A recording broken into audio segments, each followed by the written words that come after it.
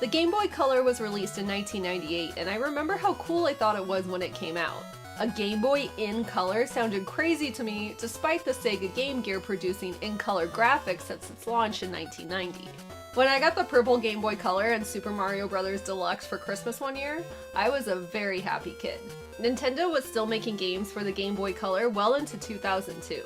Now, I'm only going to be covering the last games that were released in North America during the handheld's official lifespan.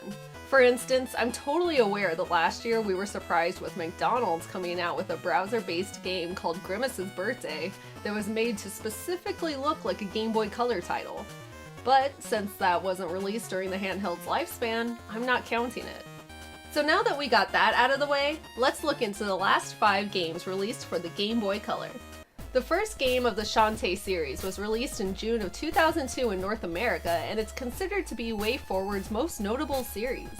In this adventure platformer, Shantae is a cute little half-genie who travels in search of the evil pirate Risky Boots. You need to stop Risky Boots and her band of evil pirates to save Shantae's town. She whips her hair as her main attack, which definitely reminds me of Kabuki Quantum Fighter on NES. It's a cool attack, but I wish she attacked a little more swiftly because it feels kinda slow. I also wish her range of attack was just a tad bit larger because sometimes I found it hard to gauge where to stand to attack without getting hit. But she can also whip her hair while crouching, which is pretty cool. And while crouching, she even gives a sassy little butt wiggle, which is a cute touch. Apparently the other games approve this, so I'll have to try those out at some point. You can also get different attacks as the game goes on, but I didn't make it far enough to do it in this playthrough. She can also learn different dances. The enemies get stronger when it turns from day to night, which is kind of like a Simon's Quest type of thing. You start out by getting bombed by pirates, and you have to dodge their cannonballs while walking on a bridge as it gets destroyed. In my opinion, this part goes on a bit too long, but the game quickly picks up after this, and I found myself having a pretty good time. Your first little mission is to save the professor's steam engine from Risky Boots.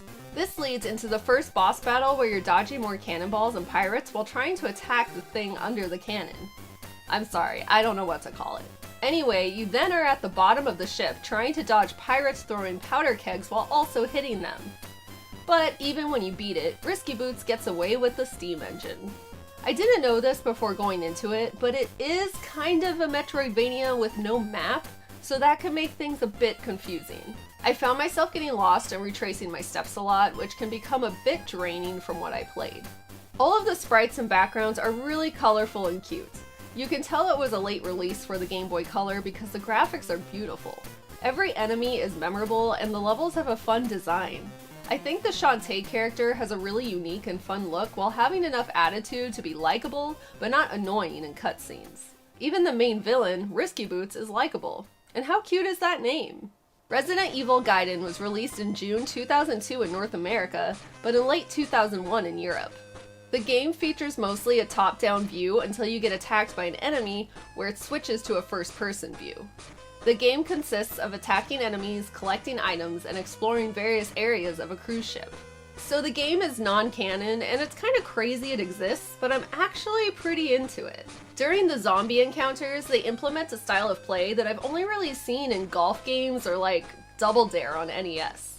A marker slides back and forth and you have to attack at just the right time, when the marker is right in the middle of the target in order to get a shot or hit in. A power meter, I guess you'd call it? Anyway, at first I thought this was a bit of a goofy thing to do, but after a while I thought it was actually an interesting way to handle the attacks on the Game Boy Color. The music is decent enough, but if you leave the start screen on too long, it does get a bit ear-piercing. You play as a character named Barry, and it's actually pretty fun exploring the cruise ship. There's all kinds of rooms you'd expect to see on a ship. Ballrooms, a deck, a pool, locker room, and lots of hallways. At one point you get to go into the passengers' cabins to look for items, which was pretty fun. There is a map, but since it's so minimal, it could get a bit confusing running around as the game goes on, especially once elevators and stairs get involved.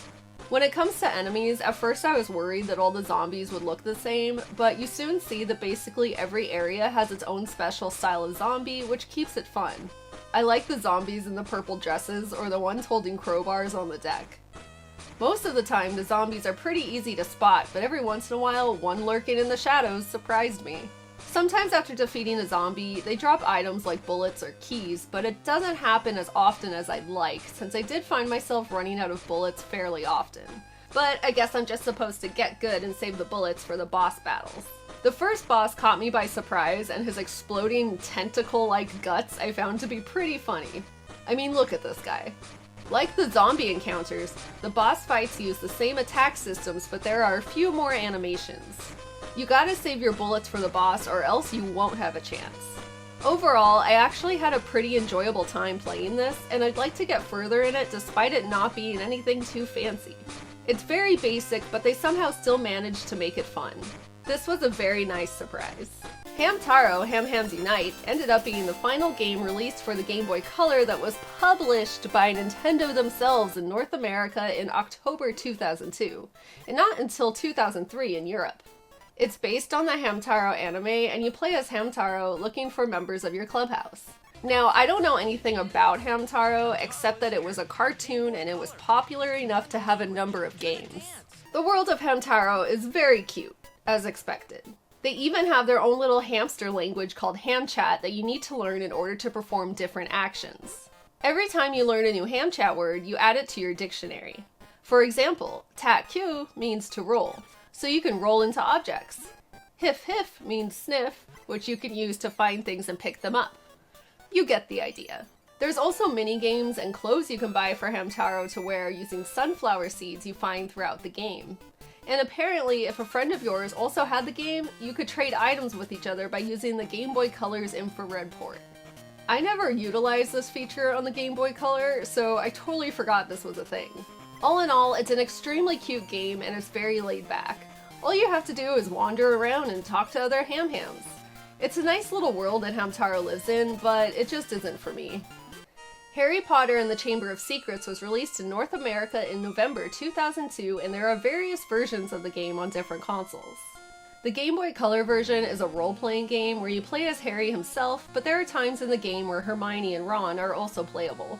The game starts out just like the movie, from what I can remember anyway. Ron and his twin brothers pick you up in a flying car and take you to the Weasleys' house. But before this happens, I have to point out this moment where Dobby punishes himself while talking to Harry and starts slamming his head into the wall.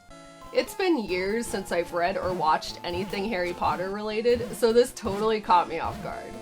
You start by choosing which deck of famous witches and wizards cards you want to bring with you to Hogwarts. I chose Morgan Le Fay. These later assist you in magical encounters, aka battles. The first magical encounter I had was with a toaster and a vacuum. Now I'm thinking about the brave little toaster and wondering why that movie didn't have a game. It should have. Anyway, you can choose from various spells to attack with, and it was fairly easy to win. Then, in a later encounter, the cards finally came into play and you can learn to make combos to produce things like potions.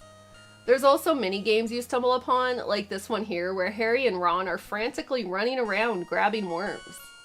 The controls here feel a bit awkward, but it worked. There's also a game where you're throwing gnomes as far as you can by tapping A and B as fast as possible. Another funny moment in the game was when the Weasleys show Harry how to travel to Diagon Alley using the flue powder.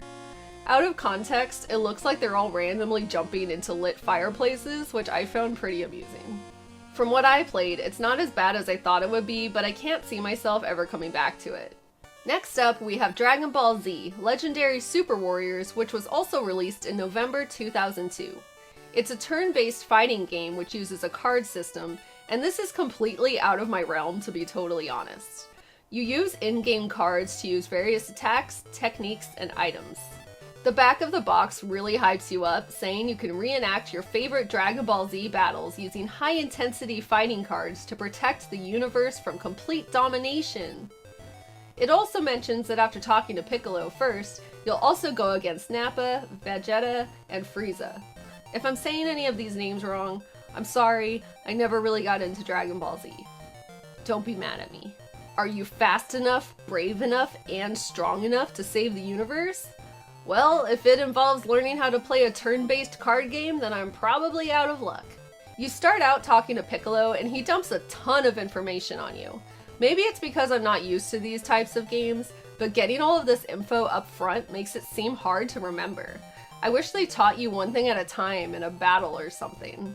You learn that you can use command cards for attacks, damage and beam for mega attacks, defense cards for avoiding damage, and support cards to give you an advantage in battle. You go on to find jars that contain more cards for you to collect and things like that. And like I said, I have literally no idea what I'm doing when it comes to games like this, so this was about as far as I was able to get.